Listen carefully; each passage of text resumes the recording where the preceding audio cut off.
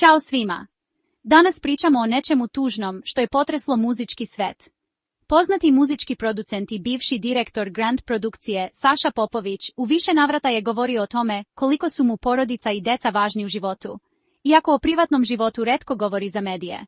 Sve što sam stekao u životu i kroz muziku i kroz posao, planiram da ostavim svojoj deci. Oni su moj ponos i želim da imaju sigurnu budućnost, rekao je Popović u jednoj od izjava. Njegovo bogatstvo uključuje nekretnine, muzička prava, kao i druge poslovne investicije. Meni više ništa ne treba. Sve što imam, neka ide njima. Neka oni dalje grade svoje puteve uz ono što im ostavim, dodao je Popović.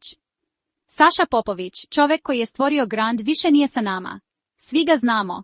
Bio je veliki deo naše muzičke scene i televizije, posebno zbog emisije Zvezde Granda.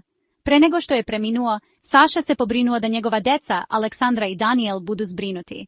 Kupio im je stanove, lokale i garaže da ne brinu o budućnosti. Ovo je veliki gubitak za sve nas. Ostanite uz nas za više informacija.